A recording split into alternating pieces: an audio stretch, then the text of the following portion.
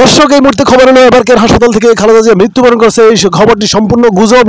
আমরা যেটি জানতে পেরেছি, খালেদা জিয়া হাত পা নাড়াচাড়া করেছে এবং কথা বলার চেষ্টা করতেছে, কিন্তু শারীরিক দুর্বলতার কারণে কথা বলতে পারতেছে না। ডাক্তাররা সেরকমটাই জানিয়েছেন।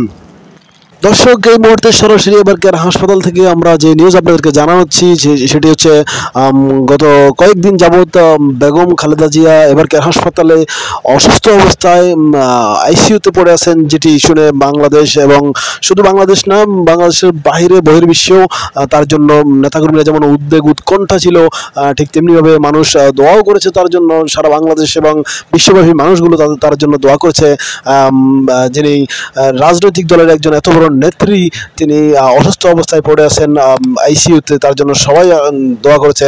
আর দর্শক, এই মুহূর্তে নিউজ হচ্ছে সেটি যেটি আমরা জানতে পেরেছি এবারকার হাসপাতালের সেই ডক্টর থেকে, ডক্টর জাহিদ এবং তার পুত্রবধূ তারেক রহমানের সহধর্মিণী ডাক্তার জোবাইদুর রহমান থেকে আমরা যেটি জানতে পেরেছি সেটি হলো তারা জানিয়েছেন গণমাধ্যমদেরকে বেগম জিয়ার স্বাস্থ্যের উন্নতি কিছুটা হয়েছে, যেটি তারা জানিয়েছে। বেগম জিয়া এই মুহূর্তে হাত এবং পা নাড়াচাড়া করতে পারতেছেন, কিন্তু কথা বলার শক্তি তিনি পাচ্ছেন না, যেটি ডাক্তাররা আমাদেরকে জানিয়েছেন।